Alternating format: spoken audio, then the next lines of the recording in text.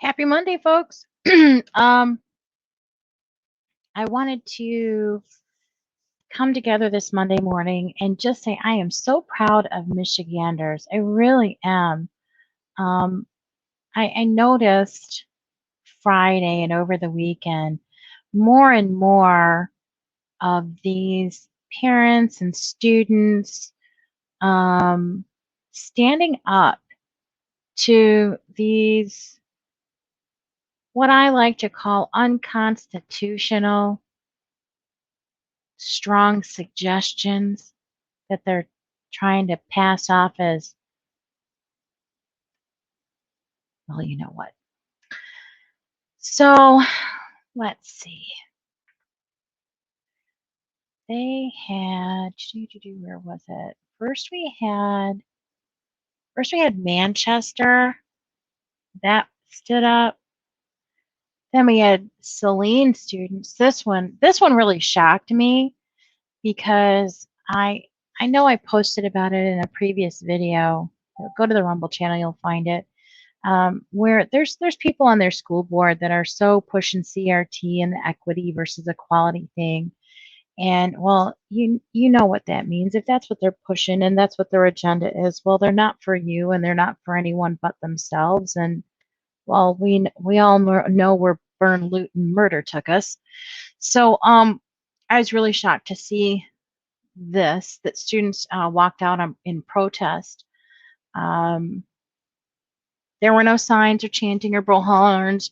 There was a pink old Midway cotton candy machine and tables of snacks next to the bus loop, manned by a small group of parents on standby for what some called a diaper break. Um, Students, a few still diapered, milled about in the morning sun, chatting in small groups between 9:55 and the next class block about 25 minutes later. We didn't complain last year. And people sit there and say, your kids aren't complaining, they're doing it because you're teaching them. No, they have their own minds because not all of them have been brainwashed,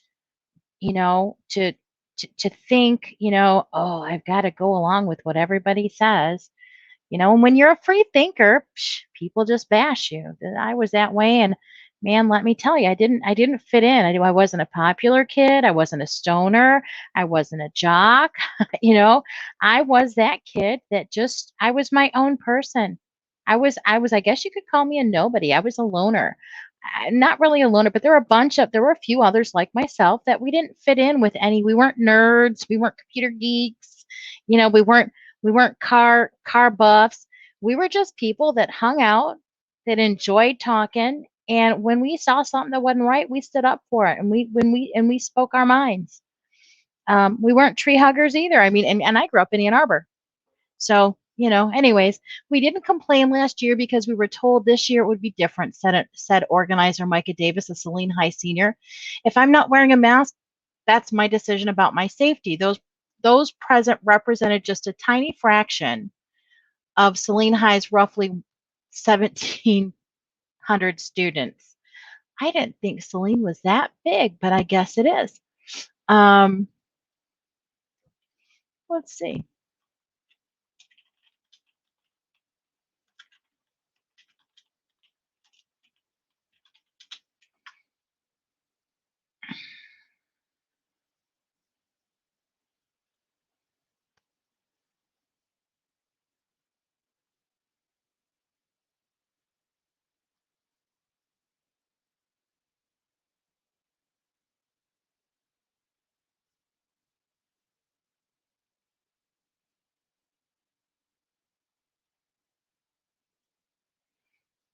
I didn't think it would be there. That's actual high school.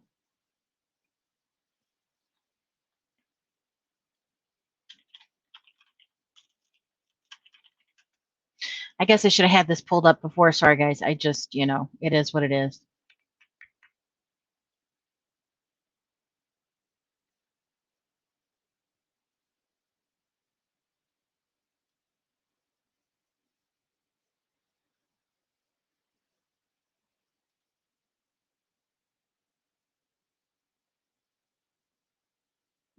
I guess maybe they're right. Anyways, Alrighty, so that was that. So it's becoming more and more apparent, and I think they're not covering as much of these that are actually happening because they're happening more frequently than not. Um, and this is just under the C tab on MLive. Unjabbed people 11 times more likely to die from the bug, says the CDC. I can't tell you this exact quote is here, if I'm not mistaken.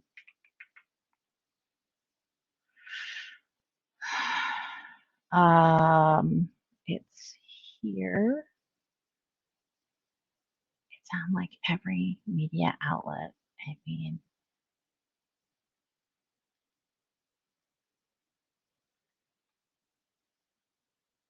here we go.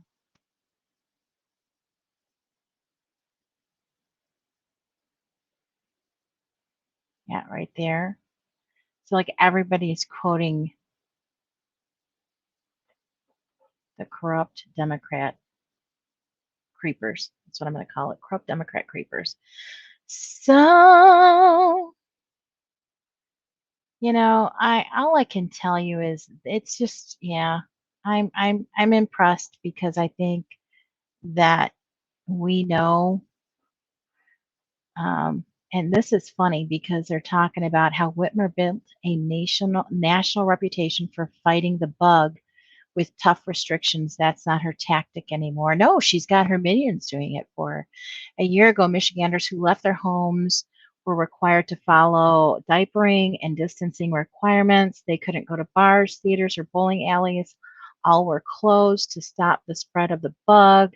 Older kids returning to school had to wear diapers. Now, Michigan's weekly average of cases or new cases is double what it was a year ago.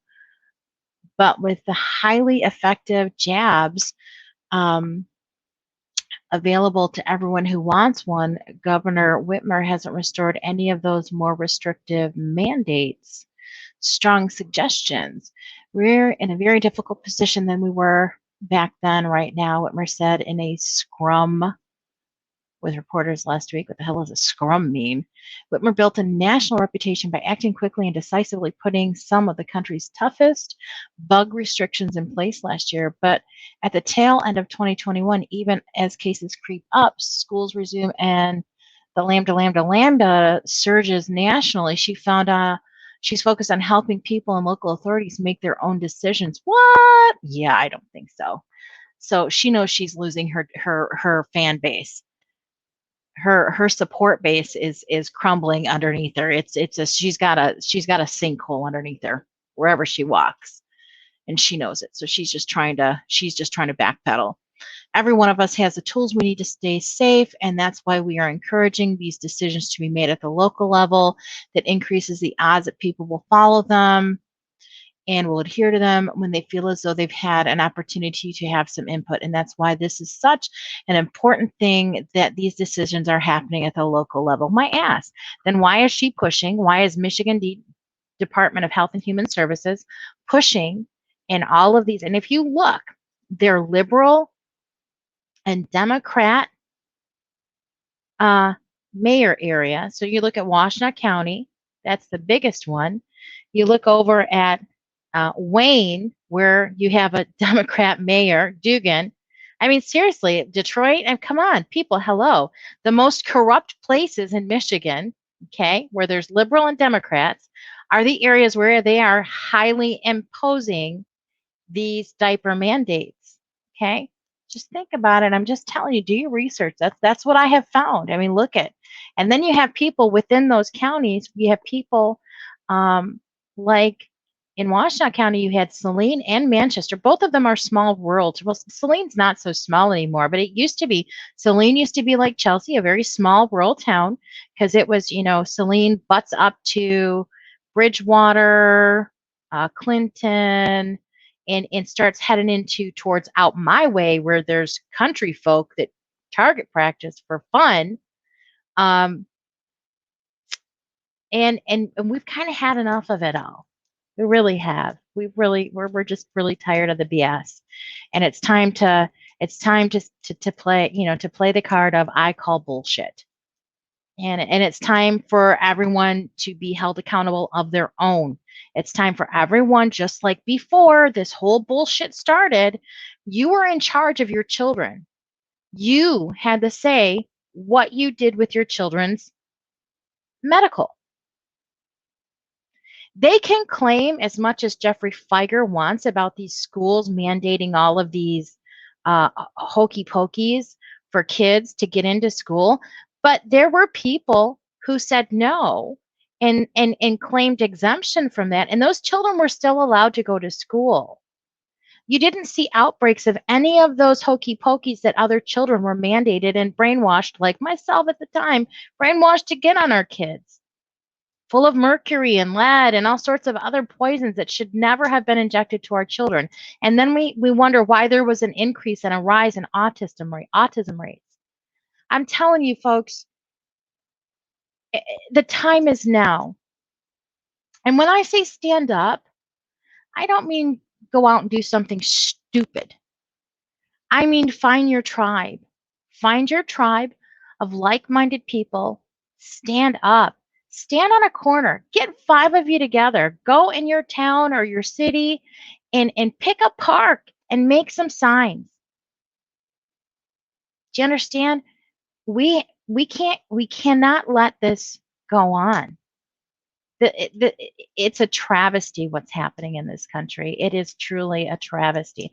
And let me just tell you a little story about the bug. Um,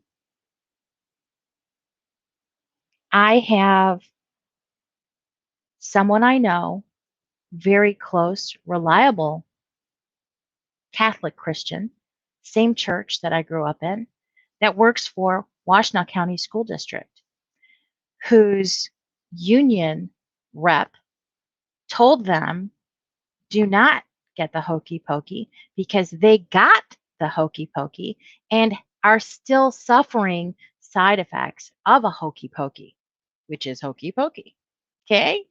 Um, and was told that even though they have those mandates that you have to, this and that, do not, do not, because of their personal experience of when they got their jab.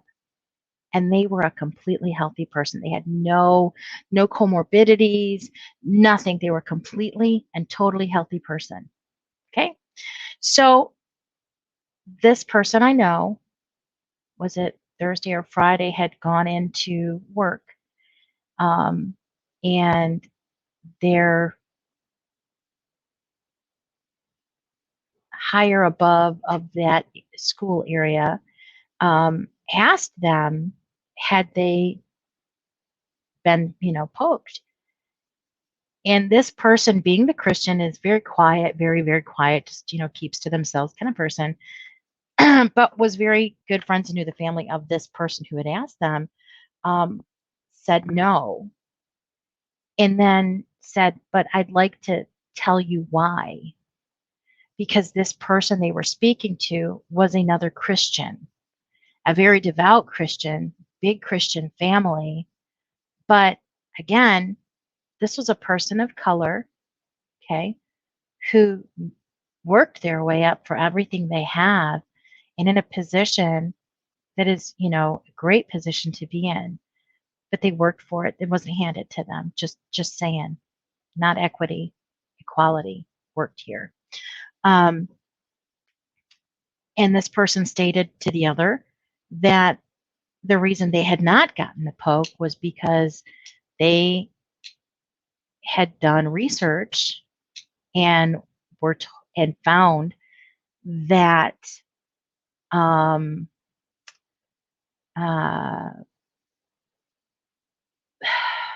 I don't even know that there contained things in these potions that were against Christianity to use, one, because it violates the right to life, which is something that Christians hold near and dear because of the Bible says you don't take a life. Just you're not to take a life. And those lives that were taken were put into these potions.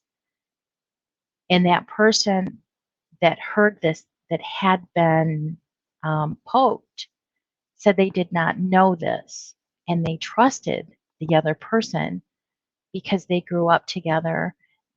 They've just, you know what I mean? They have it's a bond, and they have an awareness of the intelligence and integrity of that person's word.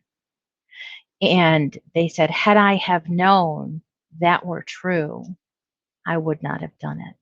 So there was a red pill right there for someone who thought that they were doing the right thing, and they ended up,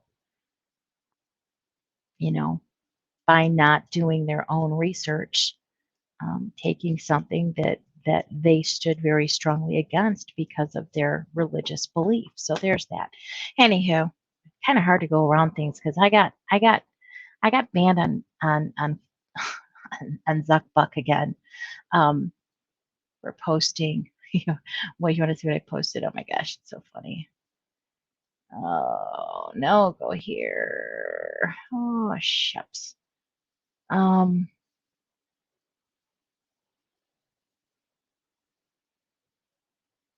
mm,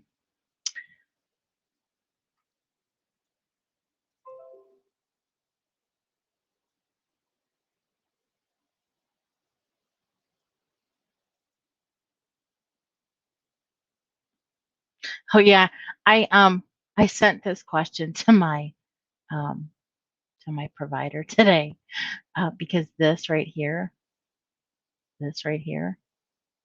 is what I got banned off of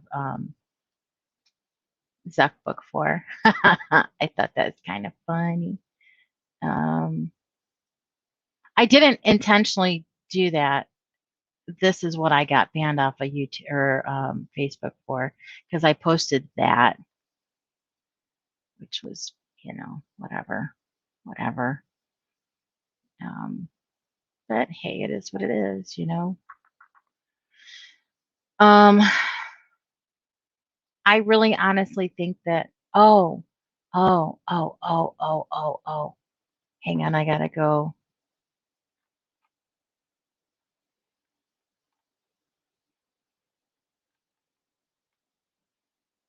I wanted to play this for you. I don't know if any of you are familiar with, Yes, tell me your name again. let me just stop real quick. I don't know if any of you are familiar with the People's Bridge in Chicago, Illinois. Um, that was Veronica. I used to call her V. I had emailed her a couple times and messaged her through YouTube and stuff. Um, she inspired a lot of people, um, as well as others who were really gaining popularity on YouTube to stand up.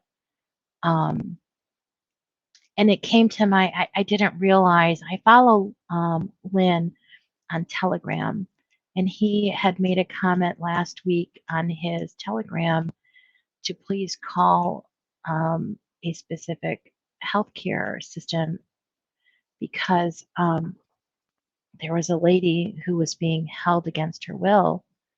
She wanted to leave, and she was demanding that they treat her with medications that they wouldn't prescribe to help her. I didn't realize it was V until this morning when I was going through Scotty Marr. Um, Scotty Marr. Um, I think it was Get Up, Stand Up, if I'm not mistaken. Yeah, it was. That it was. Um, where'd it go? Oh, here it is. This was V, and JP, my name is Lynn Wood. I'm a lawyer. I'm calling from South Carolina. You have a patient in your hospital named Veronica Wolski. The individual with her medical power of attorney is demanding that she be released immediately. ambulance. Wait, I'm not through yet. There's an ambulance waiting for her outside. There is a medical doctor waiting for her to treat her.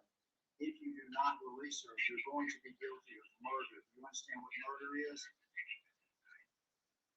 Yeah. And that's what happens anytime you called that um, number to that health system. And then when I went and I got all this information and I got it from Scotty Marr. And then it looks like Lynn posted on Telegram, someone said here that B had passed away at 12:44 this morning. And I just want to